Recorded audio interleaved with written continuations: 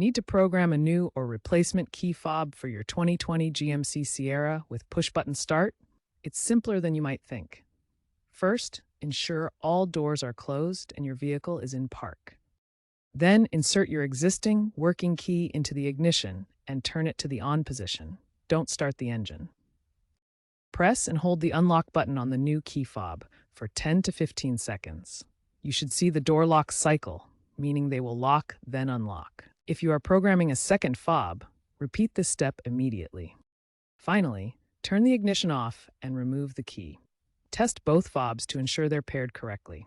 Remember, this process works because it synchronizes the RFID transponder in the fob with your Sierra's immobilizer system. If you have issues, ensure your vehicle battery is fully charged, as a low battery can interfere with programming. If the programming fails, double-check the fob's battery using a CR2032 type.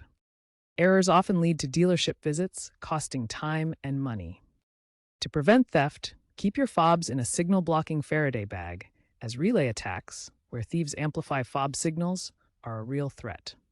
As for future trends, digital keys via smartphone apps like GM's My Chevrolet app are gaining popularity, reducing reliance on physical fobs and mitigating lost key issues. While your 2020 Sierra might not fully support advanced digital key features without hardware upgrades, it's worth exploring if available.